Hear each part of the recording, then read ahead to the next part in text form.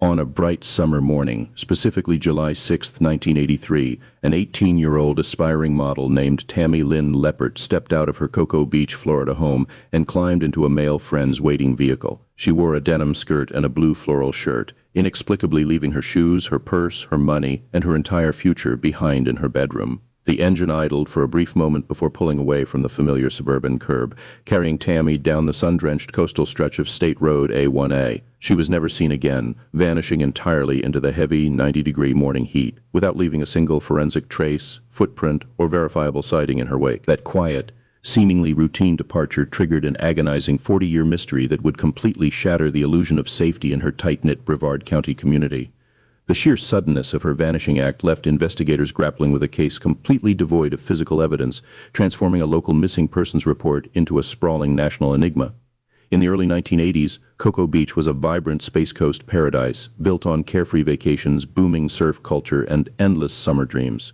Millions of tourists flocked to the pristine Atlantic coastlines every single year, blinded by the glowing neon signs of local beach shops and the alluring promise of a perfect, sun-soaked escape. But beneath that flawless coastal facade lay a much darker reality, functioning as a highly lucrative corridor for illicit narcotics where organized predators could easily hide in plain sight among the transient crowds. The town's idyllic reputation made the sudden, absolute erasure of a prominent local girl feel impossible, forcing residents to confront the chilling truth that dangerous syndicates operated on their sunny beaches.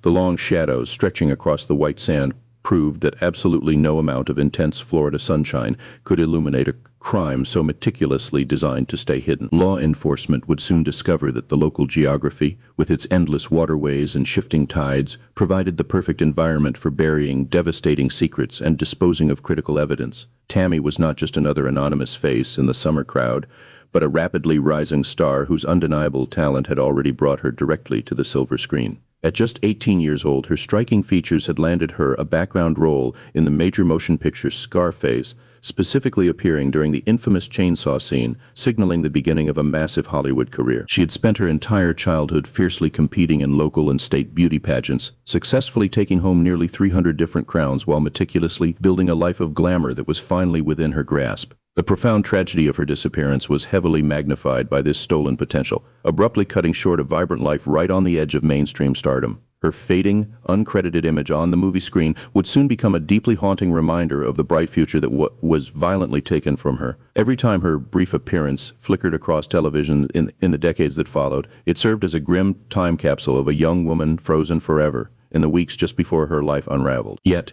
in the immediate weeks leading up to that fateful July morning, a chilling and completely unexplained psychological shift consumed Tammy's daily behavior.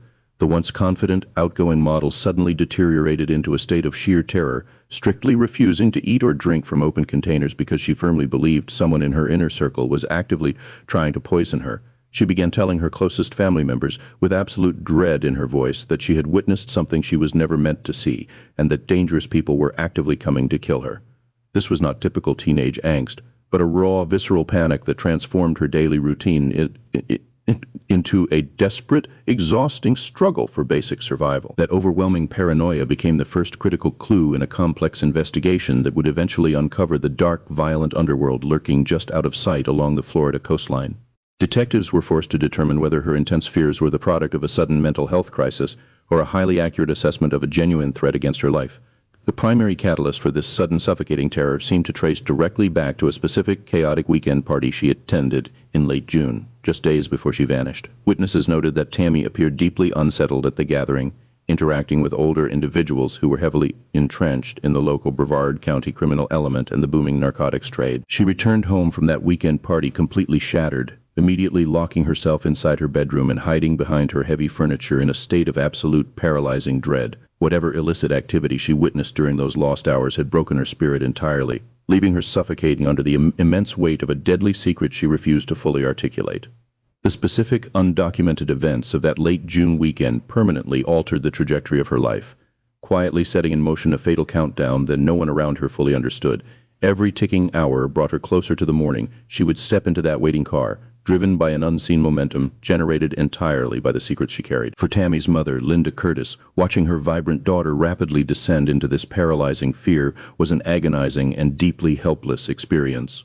She tried desperately to intervene, feeling the universal, crushing dread of a parent watching their child slip away into an unseen danger, even taking Tammy to a medical facility for a psychiatric evaluation just 3 days before her disappearance. It is a uniquely chilling reality to know someone you love is in grave peril, yet be entirely powerless to pull them back from the psychological edge. Her mother's desperate pleas for professional help were drowned out by the sheer speed of Tammy's mental collapse, leaving behind a lifetime of haunting what-ifs and unanswered questions about those final 72 hours. That lingering sense of maternal helplessness would only deepen as the initial police search for the missing 18-year-old hit a solid, impenetrable wall of silence. The people who knew exactly what happened to Tammy Lynn Leppert simply refused to speak, leaving investigators to sift through a tangled web of Hollywood dreams, Florida drug rings, and a young woman's worst nightmares. Tammy's mother, Linda Curtis, grew increasingly desperate to save her daughter from whatever invisible terror was hunting her, ultimately bringing her to a local mental health receiving center in Brevard County. It was a frantic cry for help to a medical system designed to protect people in severe psychological crisis, a desperate plea for a safe haven behind sterile institutional walls where the terrified teenager could finally feel secure from her imagined assassins. But the attending psychiatrists found no physical injuries, no obvious signs of narcotic drug use, and absolutely no legal justification under Florida law to hold her against her will for a longer involuntary commitment. After a brief psychological evaluation lasting barely 72 hours, the medical staff officially discharged her, sending a deeply paranoid 18-year-old girl right back out into the exact coastal environment she was so violently terrified of. That brief illusion of clinical safety completely shattered the moment Tammy walked back out those hospital doors and returned to her home in Rockledge. The medical intervention had failed to uncover the root cause of her profound panic, leaving her just as vulnerable to the unseen threats she claimed were actively plotting to silence her forever.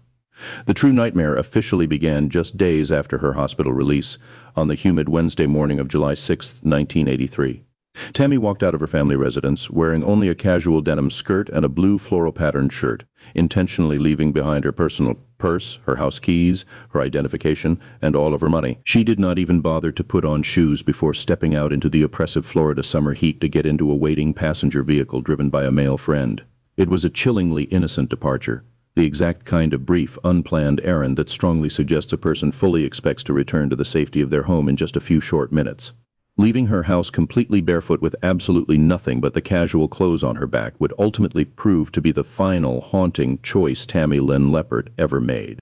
Every single piece of physical evidence left sitting untouched in her bedroom pointed to a teenager who had zero intention of running away or starting a new life elsewhere. Somewhere along the sun-drenched coastal roads of State Road A1A, the previously casual atmosphere inside that moving vehicle suddenly turned incredibly dark and hostile. A fierce, sudden argument erupted between Tammy and her male companion, a violent clash of words and escalating emotions that remains permanently locked away in the impenetrable shadows of that Wednesday morning. The profound tragedy of this case lies in the total, enduring mystery of what was actually said between the two occupants, because whatever specific topic sparked that sudden rage transformed a simple ride between friends into a fatal turning point. A fleeting, undocumented disagreement inside a moving car rapidly became the direct catalyst for an endless, decades-long nightmare. The exact nature of that heated dispute remains the absolute darkest missing puzzle piece of the entire Cocoa Beach police investigation. Whether the argument centered on Tammy's recent erratic behavior, her dangerous knowledge of local criminal activity, or something far more sinister, the precise details of that verbal altercation vanished into the humid Florida air. The established timeline of her final known moments ends abruptly in a busy commercial parking lot located near a prominent glass-fronted bank building in the heart of Cocoa Beach. According to the official statement given by the friend driving the car, their argument quickly reached a boiling point, prompting him to pull the vehicle over to the shoulder to let the angry teenager out. He claimed to investigators that he simply drove away and left her standing there, entirely alone, completely barefoot on the scorching mid-morning asphalt, and highly vulnerable to anyone passing by. It was a highly visible public location surrounded by local commuters and heavy coastal traffic.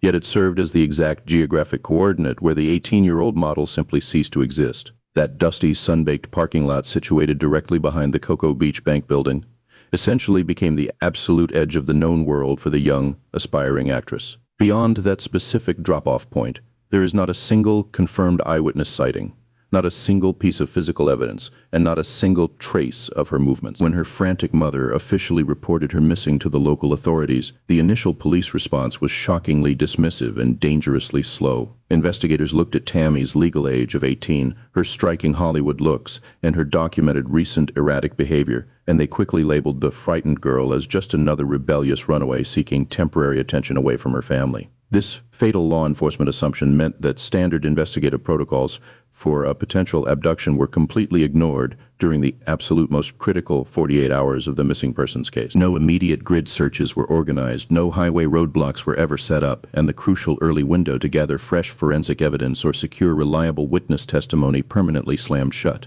The justice system's stubborn refusal to see a highly vulnerable victim in immediate mortal danger allowed the physical trail to go completely cold before a formal criminal investigation ever actually started. By treating a terrified barefoot teenager as a voluntary runaway, the local police inadvertently gave whoever took Tammy a massive, insurmountable head start to cover their tracks. Completely abandoned by the very local authorities who were sworn to protect and help her family, Tammy's mother was left to face the crushing, unbearable weight of the search operation entirely alone. She took to the blistering, sun-scorched streets of Cocoa Beach herself, becoming a solitary, exhausted figure driven forward only by a pure, desperate motherly love. The profound heartbreak of her new daily reality was absolute as she personally knocked on hundreds of strange doors, handed out thousands of homemade missing person flyer and tearfully begged indifferent tourists for any fleeting memory of her daughter. While the police department sat idly waiting for a runaway to voluntarily return, a terrified mother was out doing the agonizing boots-on-the-ground work of a homicide detective, knowing deep in her bones that her child was already gone.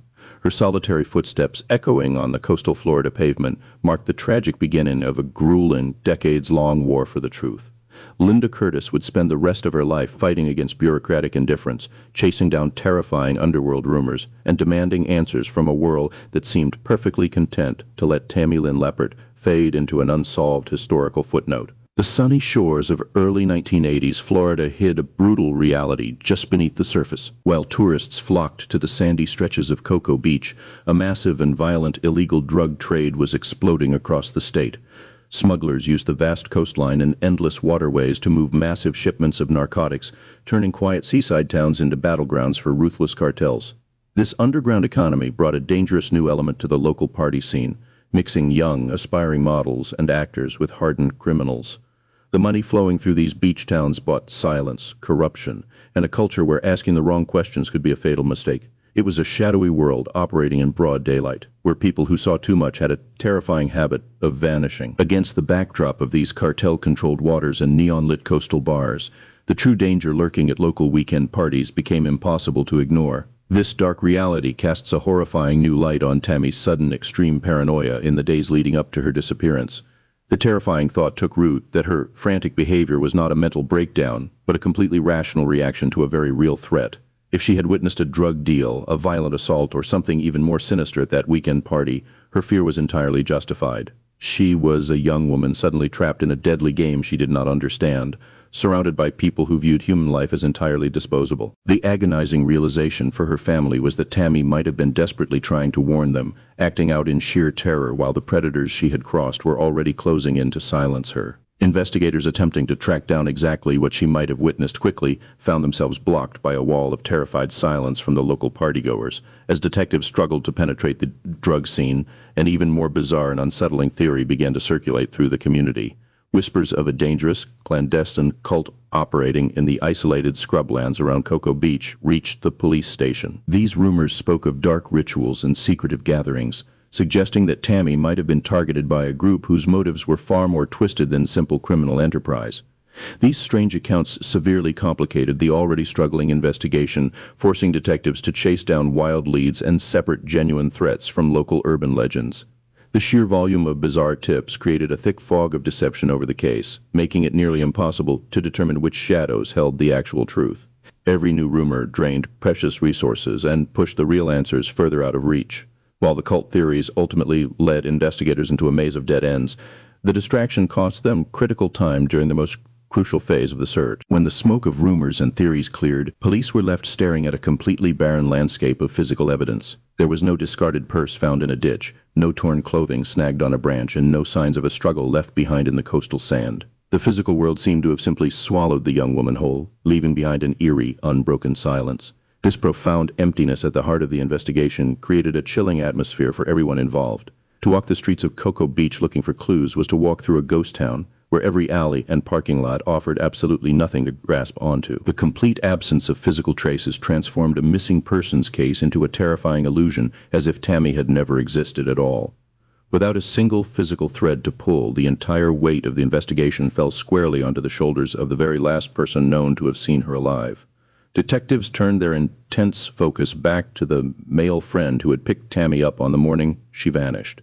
He claimed they had argued and he had left her in a bank parking lot.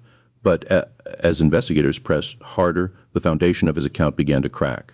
Crucial details of his timeline shifted, and the specific locations he mentioned during interviews began to contradict one another in deeply unsettling ways. The chilling suspicion rapidly grew that this sole witness was actively hiding the truth behind a carefully constructed, yet failing, web of lies. Police interrogated him, searching for the crack that would blow the case wide open. But despite the glaring inconsistencies in his changing stories, they could not find the concrete proof needed to make an arrest. He remained a dark focal point in the investigation, a man holding the key to a locked door that authorities simply could not force open.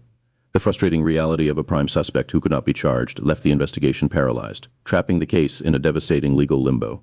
As the agonizing timeline stretched forward, the initial surge of adrenaline and hope began to slowly drain from the investigation. The urgent days of active searching bled into quiet weeks, and those weeks silently stretched into long, unforgiving months. The massive command centers were dismantled, the daily briefings stopped, and the missing posters taped to storefronts began to peel and fade under the harsh Florida sun. This cruel passage of time marked the transition from an active rescue mission to a grim historical record, as the 1983 disappearance officially earned the dreaded label of a cold case. The police department's resources were inevitably pulled toward newer, fresher crimes, leaving Tammy's file to gather dust in the archives. It was a systemic failure that left a permanent, aching scar on the community, proving that sometimes the most desperate questions simply go unanswered within the silent, climate-controlled walls of the police evidence room. The few meager files detailing her sudden vanishing sat frozen in time, waiting for a breakthrough that seemed less likely with every passing year. The cruelty of an unsolved disappearance lies not just in the silence, but in the sudden jarring interruptions of false hope. Every time the phone rang inside the Leppert home with a supposed sighting, Tammy's family felt their hearts race, believing the agonizing wait was finally over. A caller would claim they saw a blonde girl matching her exact description, working at a diner in Orlando, or walking along the shoulder of Interstate 95 just 2 towns away. For a brief, intoxicating moment, the nightmare seemed ready to end, but each lead was a phantom dissolving into nothing the moment Cocoa Beach investigators arrived to check it out. Detectives would interview waitstaff and review security logs, only to find another dead end. The soaring hope would inevitably crash back down into a dark, suffocating despair, turning the mere act of waiting into an excruciating form of psychological torture for those left behind. With every dead-end tip filed away into the growing police dossier, the reality of her absence only grew heavier. As July turned into August of 1983, the active ground searches began to scale back, replacing the frantic physical hunt with a cold, agonizing waiting game. The manila folders thickened with useless sightings, while the actual trail of the missing teenager grew colder by the hour. Back at home, Tammy's bedroom became a painful sanctuary, perfectly preserved just as she had left it on that fateful summer morning. It was a heartbreaking monument to a life frozen in time, with her colorful blouses still hanging in the closet, and her favorite cosmetics sitting untouched on the vanity mirror. The silence in that room was deafening, serving as a constant heavy reminder of the vibrant, chaotic energy that had been abruptly stolen from the household. Her glossy modeling portfolios, once a source of immense pride and a tangible promise of a bright Hollywood future, now sat gathering dust on the bookshelves. Her mother, Linda Curtis, would stand in the doorway, staring at the empty bed, trapped in a relentless purgatory. She spent her days waiting for a daughter who was not walking through the front door, surrounded by the headshots that captured a smile she might never see again. The longer that bedroom remained untouched, the more authorities realized they needed to look far beyond the local streets of Cocoa Beach. Detectives expanded their search perimeter, bringing in the Florida Department of Law Enforcement to cast a wider net across the state. They knew that if Tammy had not been found within the county limits by now, the answers to her vanishing lay hidden in a much larger, more dangerous jurisdiction. The investigation took a terrifying turn when a much larger, darker shadow fell over the region. Detectives began tracking a sudden, alarming pattern of young women vanishing without a trace across the state of Florida and beyond. Missing posters were suddenly appearing in Miami, Fort Lauderdale, and Orlando, proving this was no longer just a local mystery about a teenage girl who had an argument in a car on a coastal highway. Authorities were forced to confront the chilling possibility that a highly organized predator was actively hunting in their own backyard. The realization sent shockwaves through the local police departments, as they understood they might be dealing with a notorious serial killer. This phantom was exploiting the lack of a centralized missing persons database in the early 1980s, crossing county and state lines with absolute impunity to evade capture. As this broader interstate threat came into sharp focus, law enforcement agencies began compiling behavioral profiles and matching suspect descriptions from multiple jurisdictions. Out of the thousands of potential leads and criminal records reviewed by regional task forces, one specific name emerged from the shadows to absolutely dominate the suspect list and change the trajectory of the investigation entirely. That name was Christopher Wilder, a wealthy, charismatic man who would soon become known to the world as the Beauty Queen Killer. Wilder did not lurk in dark alleys or break into homes. He operated in broad daylight, using his vast money and charm as a lethal weapon. He presented himself as a highly successful fashion photographer, carrying expensive 35mm cameras and offering the ultimate promise of fame to anyone who caught his eye. His sinister method was perfectly designed to lure young, aspiring models who were desperate for their next big break in the entertainment industry. He would approach beautiful women at crowded shopping malls or popular tourist beaches, offering them lucrative photo shoots and a direct path to stardom. It was a sophisticated trap built entirely on flattery and ambition, making investigators shudder at how easily a young girl's dream could be twisted into a fatal nightmare. Wilder's calculated hunting methods perfectly matched the exact vulnerabilities of a teenage actress actively looking for her next job. Tammy was an 18-year-old model who had already appeared in major motion pictures and was known to be seeking new representation. She fit the exact physical and professional demographic that this predator spent his days meticulously stalking across the state of Florida. The dread among investigators deepened when they began to retrace Wilder's precise movements during the summer of 1983. By pulling travel records and credit card receipts, they uncovered a horrifying realization. Christopher Wilder was actively traveling through the Florida peninsula in July, the exact same time Tammy vanished. The geographical overlap between his route and her hometown was simply too precise for detectives to ignore. Detectives stared at the calendars in their war room, connecting the dates of Wilder's known whereabouts with the specific day Tammy walked away from her friend's car. The timeline created a chilling parallel, placing a known, prolific serial killer who exclusively targeted beautiful young models right in the immediate vicinity of a beautiful young model who had just gone missing from a public street. This terrifying alignment of time and place forced police to look closely at exactly how Wilder operated during his confirmed abductions. Investigators dove deep into the survivor testimonies and crime scene evidence from his other attacks, dissecting the exact mechanics of how he managed to convince cautious young women to willingly get into his luxury vehicles without causing a scene. Wilder was an absolute master of psychological manipulation, using his perceived authority and wealth to instantly disarm his targets. He would offer a professional business card from a fake agency, speak knowledgeably about the fashion industry, and invite girls to his sports car or a nearby hotel suite to look at his published portfolio. He relied heavily on the simple fact that society conditions people to implicitly trust wealth, confidence, and professional credentials. For an 18-year-old aspiring model like Tammy, who had just stormed out of a vehicle and was standing alone in a parking lot on State Road 1A, a friendly man offering a ride and a modeling gig would not seem like a threat. It would seem like a desperately needed lucky break. That was the genius of his dark trap, turning a victim's own aspirations and sudden vulnerability into the very tools of their permanent destruction. Yet, despite how perfectly the geographical pieces and behavioral profiles seemed to fit together, proving that this specific monster had actually crossed paths with Tammy would become the hardest challenge of all. There was no crime scene, no eyewitness placing them together in the same vehicle, and no physical evidence, leaving the terrifying connection as nothing more than a haunting theory suspended in circumstantial shadows. There is a deeply unsettling reality that we all navigate every single day.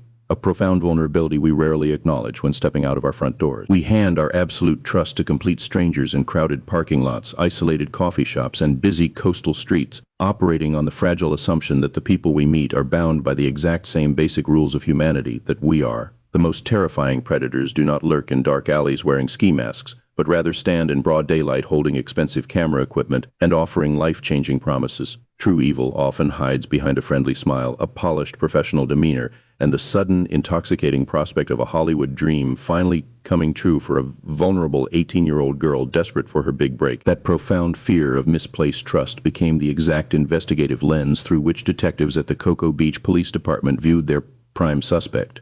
an Australian millionaire and amateur photographer named Christopher Wilder, whose horrific cross-country rampage was just beginning to capture the undivided attention of the Federal Bureau of Investigation. But the Christopher Wilder theory carried a massive, crippling problem that state and federal investigators simply could not solve. The established timeline of his horrific cross-country killing spree and his confirmed presence along the Florida coastline matched Tammy Lynn Leppert's physical profile perfectly, creating a compelling narrative that made terrifying sense to criminal profilers studying his distinct pattern of targeting teenage beauty queens. Yet despite the perfect psychological fit, forensic detectives could never find a single piece of physical proof linking the two individuals together in Brevard County. There were no matching tire tracks outside the glass bank, no transferred clothing fibers left behind in his seized vehicles, and no credible eyewitnesses who could definitively place the notorious serial killer and the aspiring model in the exact same geographic location at the precise moment she vanished. Without a concrete forensic link to tie him to the desolate stretch of highway where she was last seen, the joint investigation hit a brutal, unyielding brick wall. Detectives from multiple jurisdictions combed through thousands of pages of Wilder's travel logs and credit card receipts, only to find themselves staring at an agonizing lack of actionable evidence. For Tammy's devastated family, watching a seemingly perfect suspect slip through the cracks of the legal system was an agonizing daily experience. They were trapped in a unique kind of psychological hell, desperately holding on to a plausible theory that answered their darkest questions about her disappearance, but offered absolutely no legal resolution after Wilder was killed during a violent shootout with police in April of 1984. It is a profound, suffocating frustration to feel deep in your bones that you know exactly who likely took your 18-year-old daughter, while remaining completely powerless to formally prove it in a court of law. The total absence of physical evidence meant the wealthy predator who may have permanently destroyed their family could never be interrogated about her specific fate, taking his darkest secrets directly to the grave. This agonizing lack of definitive proof, compounded by the sudden death of their primary suspect, forced weary local detectives to pivot their entire strategy. They were compelled to turn their investigative attention away from a national manhunt and look back into the familiar, sun-drenched shadows of their own coastal town. In the tight-knit community of Cocoa Beach, the lingering, toxic rumors about the booming 1980s local drug trade simply refused to die down. Despite the massive shadow cast by a known serial killer, the quiet, persistent whispers on the local streets suggested a much closer, far more intimate betrayal connected directly to the massive influx of cocaine flowing through the Florida peninsula. Many cynical locals firmly believed Christopher Wilder was nothing more than a convenient, high-profile scapegoat for a deeply frustrated police department desperate to close a high-visibility case. The unsettling theory persisted that local criminal syndicates, absolutely terrified of what Tammy had witnessed regarding money laundering or narcotics trafficking at that chaotic weekend party, had permanently silenced her to protect their own highly lucrative smuggling operations. Those dark, localized rumors hung over the humid coastal streets of Brevard County like a thick, impenetrable fog, effectively obscuring any clear path to the actual truth. Detectives found themselves wading through a swamp of unverified tips, anonymous phone calls, and paranoid accusations, making it nearly impossible to separate genuine leads from malicious neighborhood gossip. When narcotics investigators tried to dig deeper into these local smuggling theories, they immediately slammed into a chilling, organized wall of silence. People in the beachfront community clearly knew significantly more than they were saying, but front doors were repeatedly shut in the faces of uniformed police officers, subpoenas were dodged, and crucial follow-up phone calls went completely unreturned by former friends. The paralyzing fear of violent retaliation from ruthless cartels kept crucial eyewitnesses from ever speaking up or cooperating with the official inquiry. It served as a grim demonstration of how a town's collective fear, driven by highly dangerous people operating in plain sight, can actively and successfully bury the objective truth of a teenage girl's disappearance for multiple decades. That impenetrable community silence meant the local missing persons investigation was completely paralyzed from the inside out, without sworn testimony or cooperating informants willing to risk their own lives to expose the criminal underbelly. Detectives could not secure the necessary search warrants to excavate suspected burial sites or interrogate high-level targets. Against this seemingly impossible tide of bureaucratic dead ends and silent witnesses, Tammy's mother, Linda Curtis, launched a relentless, decades-long public campaign for justice. She became a constant, demanding presence at the Cocoa Beach police station, hiring private investigators and refusing to let the overwhelmed detectives file her beloved daughter away in a dusty cabinet as just another forgotten cold case statistic. It was a grueling fight born of profound physical exhaustion and unyielding maternal love.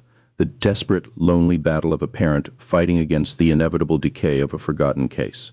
She flatly fused to let the world simply move on, single-handedly carrying the incredibly heavy burden of distributing thousands of missing person flyers and keeping Tammy's name alive, long after the national media had packed up their TV cameras. Her desperate, lifelong fight against the fading public memory of her beautiful 18-year-old daughter would soon face the absolute cruelest test of time.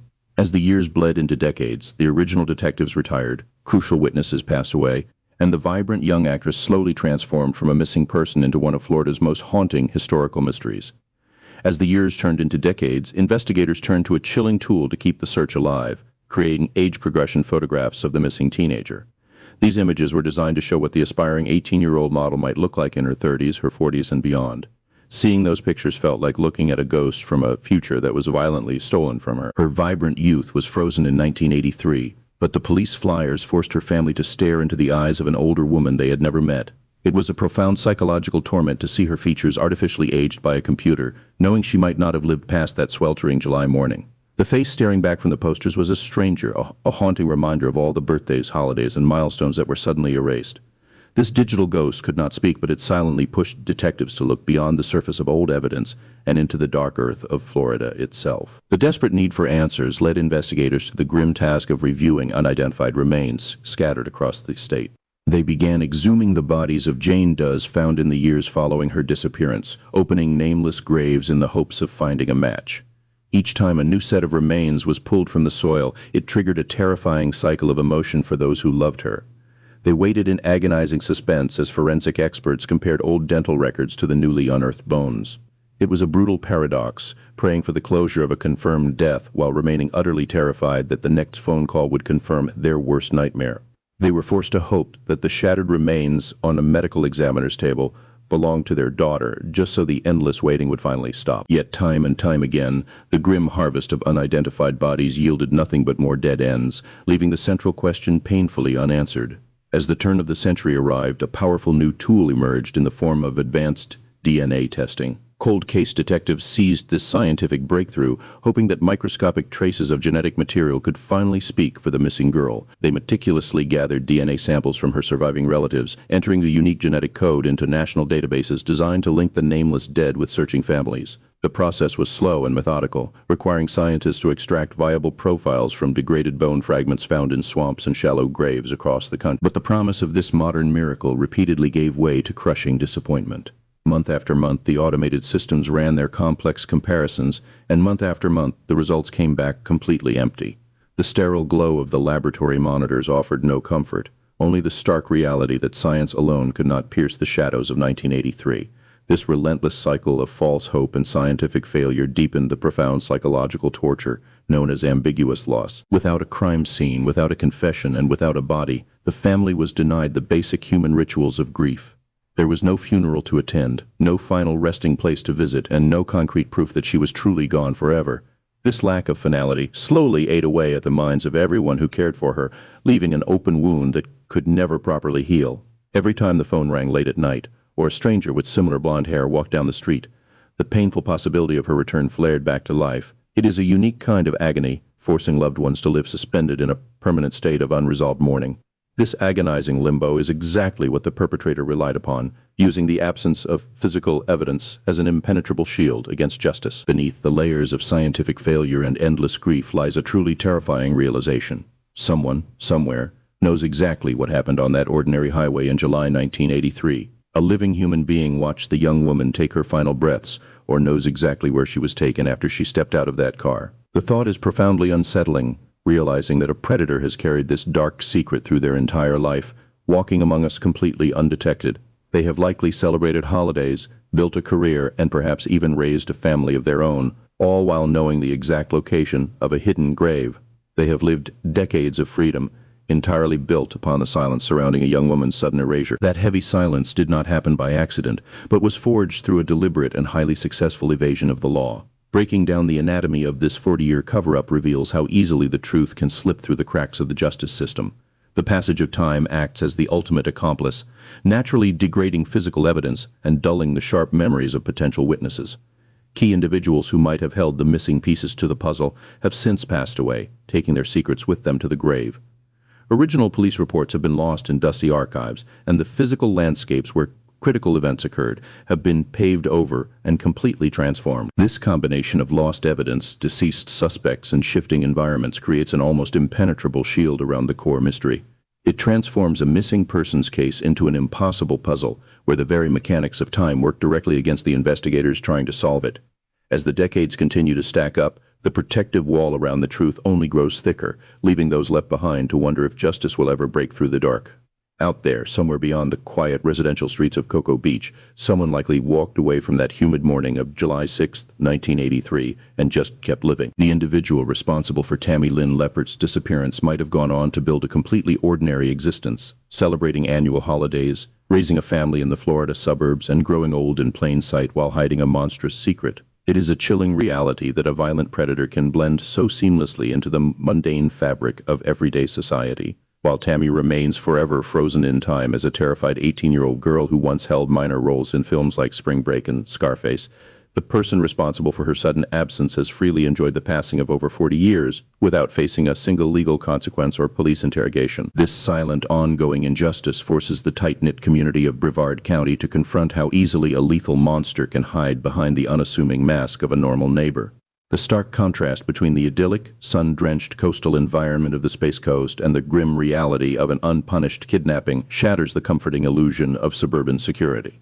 The sudden, permanent vanishing of the aspiring teenage model serves as a grim, historical reminder of just how fragile personal safety truly is in a transient tourist destination. Her unsolved case exposes the terrifying truth that the dividing line between a promising Hollywood future and total, inescapable darkness is incredibly thin, capable of snapping in a fraction of a second. All it takes is one wrong turn down a familiar stretch of State Road A1A, a single heated argument inside a parked car outside a local bank, or a brief, unseen encounter with the wrong stranger to erase a person from the physical world entirely. The societal safeguards and community watchfulness we trust to protect us can vanish in a matter of seconds, leaving absolutely zero forensic evidence behind. That sudden, inexplicable erasure leaves behind an agonizing void that no amount of physical searching across the Florida swamps has ever been able to fill. For Tammy's mother, Linda, and the rest of the Leppert family, the decades of hiring private investigators, distributing thousands of missing person flyers, and chasing phantom leads only deepened the profound trauma of her absence. Over the intervening years, the systemic mishandling of Tammy's initial disappearance forced a massive, necessary shift in how local Florida authorities view missing young women. The outdated 1980s law enforcement system routinely dismissed missing teenagers as simple, rebellious runaways, tragically wasting the most critical first 48 hours waiting for them to cool off and return home on their own accord. Today, modernized law enforcement protocols immediately recognize the terrifying signs of foul play, such as leaving behind uncashed paychecks, a purse, or a vehicle, which were tragically ignored by Cocoa Beach police in 1983. Because of foundational cases exactly like hers, police agencies are now legally required to treat sudden, unexplained absences with extreme investigative urgency from the very first hour. This vital systemic change in police procedure means that other devastated families might never have to endure the same agonizing, bureaucratic delays that ultimately doomed the early search efforts for Tammy. The failure to immediately secure potential crime scenes allowed crucial physical evidence to degrade, tire tracks to wash away, and transient witnesses to leave the state long before detectives ever started asking questions. Yet despite these modern forensic advancements and the creation of dedicated cold case units, this specific unsolved disappearance continues to heavily haunt the seasoned Brevard County investigators who inherited the dusty, yellowing case files. They walk the exact same stretches of Cocoa Beach and drive the same coastal highways past the old glass bank building, constantly reminded of the terrified young girl they could never bring home. There is a profound, lingering frustration for current detectives staring at an open cardboard casebox, knowing that the crucial pieces of the investigative puzzle might be buried right there in the original 1983 paperwork. These officers are forced to live with the agonizing reality that they are always just one deathbed confession, one overlooked alibi discrepancy, or one hidden physical clue away from finally uncovering the definitive truth. That heavy, psychological burden of an unsolved Florida mystery eventually spilled out of the restricted police precincts and directly into the unforgiving public eye. As traditional television broadcasts gave way to the digital age, the compelling narrative of the vanished teen actress captured a massive global audience hungry for resolution in cold cases that the justice system had seemingly left behind.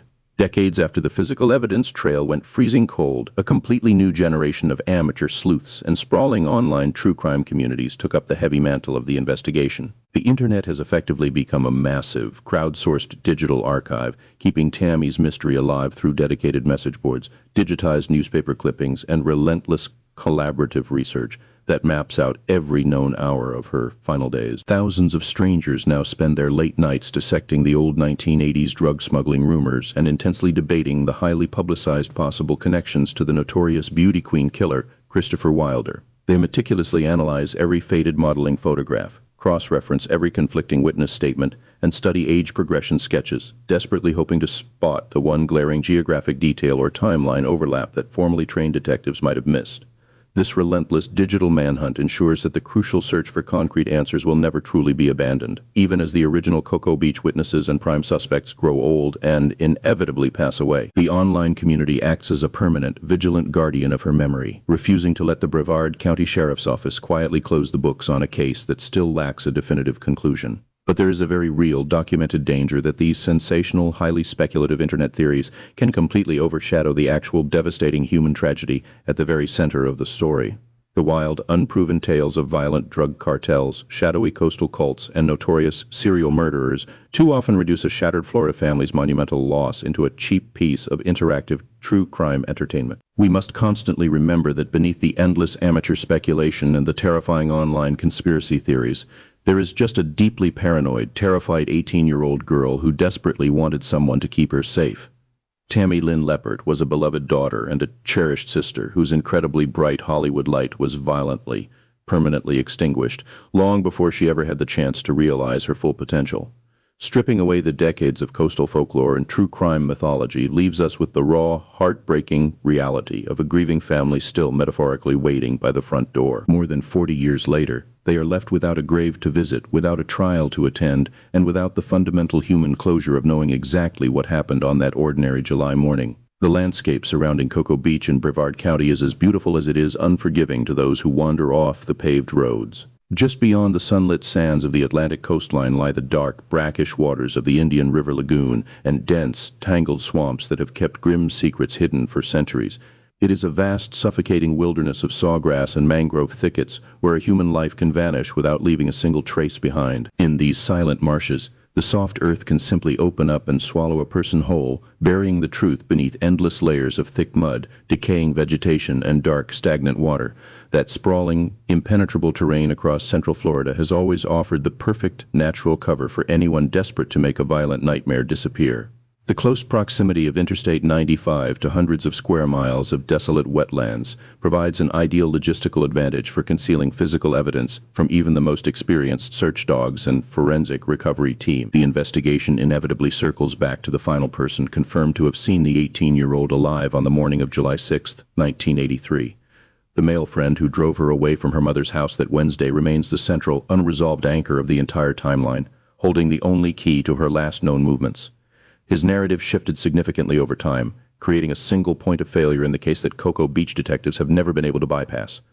Because he was the only witness to her final known moments, his changing accounts regarding where exactly she exited his vehicle leave an enduring void where hard, verifiable evidence should be. That crucial gap in the timeline means the foundation of the entire missing persons investigation was fractured from the very first day. Without a definitive location of where Tammy stepped out of the car, law enforcement lost the critical first 48 hours, preventing them from establishing a secure crime scene or tracking her immediate path forward. What makes this 1983 case so deeply unsettling is the realization that any of the main, wildly divergent theories could be the absolute truth. There is no single piece of forensic evidence to definitively prove or disprove whether she encountered a local criminal syndicate or a transient predator after she stepped out of that vehicle. It leaves behind a profound, terrifying unease for the investigators reviewing the cold case file. Whether she was silenced by a heavily armed local drug cartel operating along the Florida coast or crossed paths with a notorious serial killer like Christopher Wilder, the sheer brutality of either outcome is a heavy psychological burden to bear. Every possible scenario ends in the exact same tragic, unresolved silence that has haunted Brevard County for over 4 decades. There has never been a ransom demand, no physical remains have ever been recovered from the local swamps, and her social security number has not seen a single recorded transaction since the summer of 1983. As decades slip by, the people who actually knew Tammy Lynn Leppert, and fought for her safe return are slowly fading away. The vibrant energy of her physical presence, the sound of her laugh during family gatherings, and the intense ambition of her mother, Linda Curtis, who searched relentlessly until her own death, are becoming lost to time. It is a heartbreaking reality of long-term unsolved cases that the victim is eventually stripped of their complex humanity and individual personality.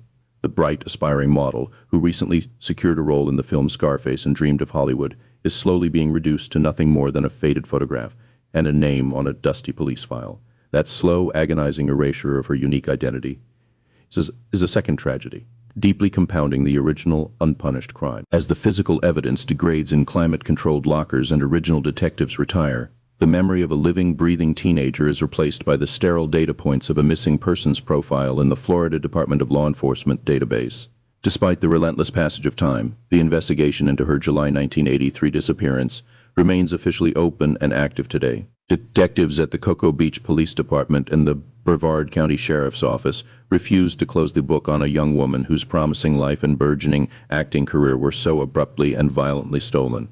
They still hold on to a fragile sliver of hope that a sudden deathbed confession from a former associate will finally reveal where her remains rest. Investigators know that just one new whisper of truth from the 1980s drug scene, or a single microscopic trace of DNA matched in a national database, could instantly shatter 40 years of silence.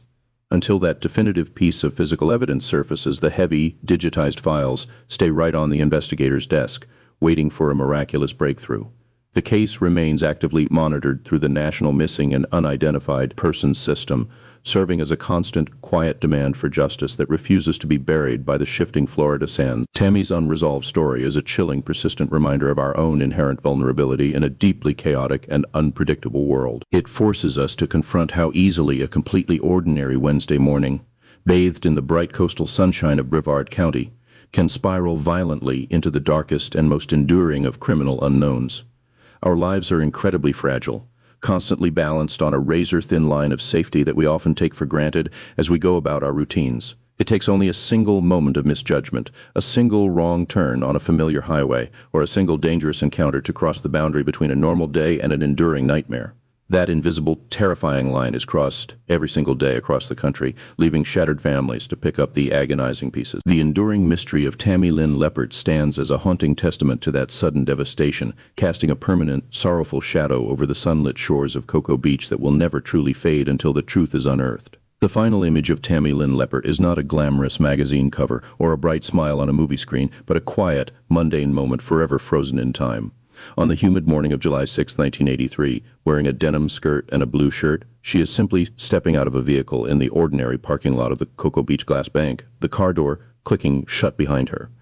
There is a profound, crushing sadness in that simple action, knowing it was the last time she would ever be seen by anyone who knew her. She walked away from that vehicle near the bustling traffic of State Road 1A and vanished completely into the heavy summer air. She left no footprints or witnesses, becoming a permanent ghost that continues to haunt the sunlit coastal streets of Cocoa Beach to this very day. That single ordinary departure left behind a massive void that no amount of desperate searching has ever been able to fill. Despite helicopters scanning the dense Florida scrub, marine units dragging the local canals, and thousands of missing posters plastered across utility poles throughout Brevard County, searchers never recovered a single scrap of her clothing, her canvas purse, or any physical clue to indicate her direction of travel. Her disappearance forces us to confront the unsettling reality of a truly perfect crime. It is a chilling realization that sometimes human darkness simply wins, allowing perpetrators to exploit the transient nature of a tourist town. They slip away into the shadows after successfully erasing every trace of their unthinkable acts, leaving investigators with no crime scene, no weapon,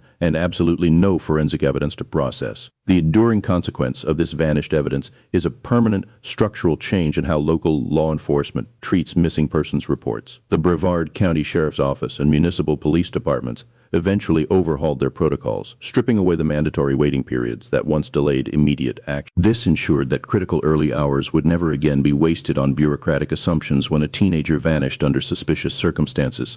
Officers in Brevard County no longer have the luxury of assuming a runaway teenager will simply return home, forever altered by the fatal mistakes made in the early days of 1983. The initial dismissal of Tammy's extreme paranoia as mere teenage rebellion cost investigators the most crucial window of opportunity, allowing her trail to go completely cold before a serious criminal inquiry even began.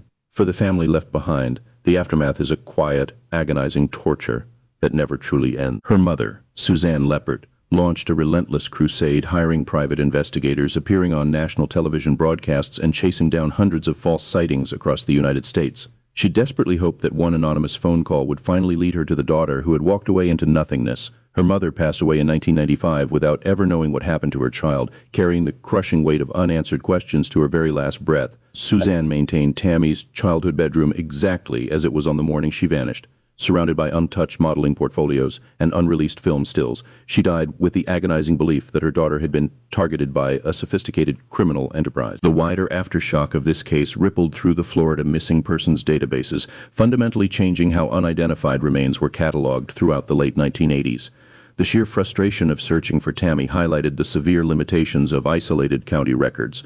This pushed law enforcement to establish centralized state networks and eventually integrate their localized missing files directly into the National Crime Information Center for nationwide visibility. Detectives were forced to cross-reference dental records and DNA with regional databases, realizing that local borders meant nothing to a killer who could easily dump a victim hundreds of miles away. Investigators exhumed multiple unidentified remains across the American South and submitted Tammy's profile to the University of North Texas Center for Human Identification, recognizing that serial predators frequently use the Interstate 95 corridor to dispose of evidence.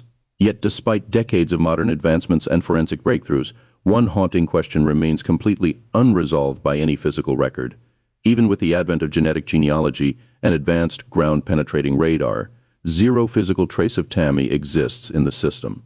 The entire investigation remains suspended in a maddening limbo where technological progress cannot overcome the total absence of a primary crime scene or a recovered body. No one knows exactly what Tammy saw at that weekend party in Melbourne that terrified her so deeply, a dark secret that seems to have been buried alive with her. Whether she unwittingly witnessed a massive drug smuggling operation, a local money laundering syndicate, or brutal violence, the extreme paranoia she exhibited in the days immediately following that gathering suggests she understood exactly how dangerous that hidden knowledge was. The lasting institutional result of this silence is a permanent cold case file that sits in the active archives, refusing to be closed. Inside the Brevard County Homicide Unit, dusty boxes of typed 1983 police reports and faded witness statements are periodically reviewed by entirely new generations of detectives. They all hope to find a single overlooked detail that might finally crack the impenetrable wall of silence. It stands as a grim benchmark for investigators, a constant reminder that witness testimony without physical evidence can lead to a dead end that spans generations.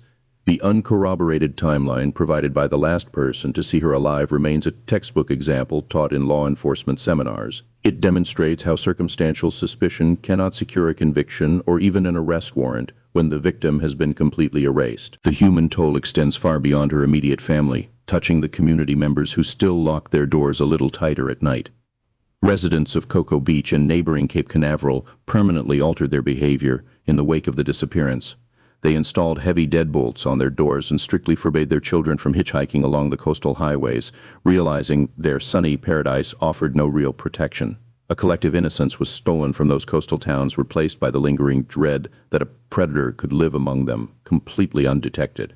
The idyllic Space Coast image, built entirely on the optimistic triumphs of local astronauts and the carefree lifestyle of teenage surfers, was fractured. It was replaced by the grim reality that a sophisticated killer could operate in broad daylight on their most crowded streets. This shift in public trust altered the very landscape of Cocoa Beach, transforming it from a carefree surfer haven into a place where shadows held real danger. The bustling State Road A1A corridor, once viewed as a neon-lit playground for trusting tourists and local teenagers, became a heavily scrutinized zone.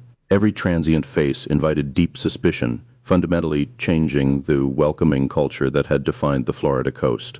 The assumption that bad things only happened in big cities was shattered forever, leaving behind a coastal community forever scarred by the girl who simply walked away and never came back. Tammy Lynn Leppert remains an 18-year-old local legend, a tragic symbol whose unsolved vanishing proved once and for all that profound darkness could easily swallow someone whole, even under the bright, unforgiving glare of the midday Florida sun. After more than 4 decades, one central, glaring question continues to defy every investigative effort and public appeal. How does a highly recognizable 18-year-old model, wearing a denim skirt and a patterned shirt, vanish in broad daylight from a heavily trafficked Florida highway without a single verified witness ever coming forward? The total absence of physical evidence and credible sightings leaves a chilling implication about the mechanics of her disappearance. It points to either a terrifyingly swift, calculated abduction by a stranger that left no margin for error, or an organized wall of silence within a closed local network that has successfully withstood the test of time and the pressure of federal scrutiny. The enduring legacy of this unsolved case permanently altered the cultural fabric of Cocoa Beach and surrounding Brevard County. The disappearance shattered the sun-drenched illusion of a safe, idyllic coastal haven, forcing a reluctant community to acknowledge that dangerous predators could operate freely and invisibly within their most public spaces. More broadly, the agonizing delays in the initial search for Tammy served as a grim catalyst for changing how local law enforcement views missing young adults. The tragic mishandling of her sudden paranoid behavioral shifts demonstrated the fatal cost of dismissing vulnerable teens as mere runaways, eventually contributing to a standard where sudden, uncharacteristic disappearances are treated with immediate, critical urgency. For the family left behind, the aftermath was measured in the slow, agonizing transformation of their physical reality. The Leppert home, once a vibrant space filled with pageant crowns and modeling portfolios, became an oppressive archive of grief, its walls lined with suspect profiles, local maps, and fading missing person flyers.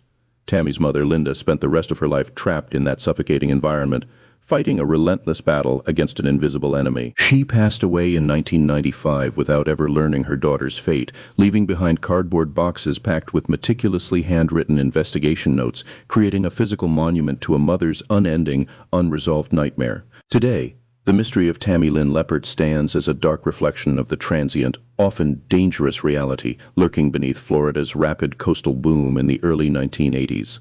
Her story exposes the extreme vulnerabilities of young women navigating a loosely regulated entertainment industry, where ambition often intersected with a predatory underworld that could easily swallow people whole and leave absolutely no trace behind.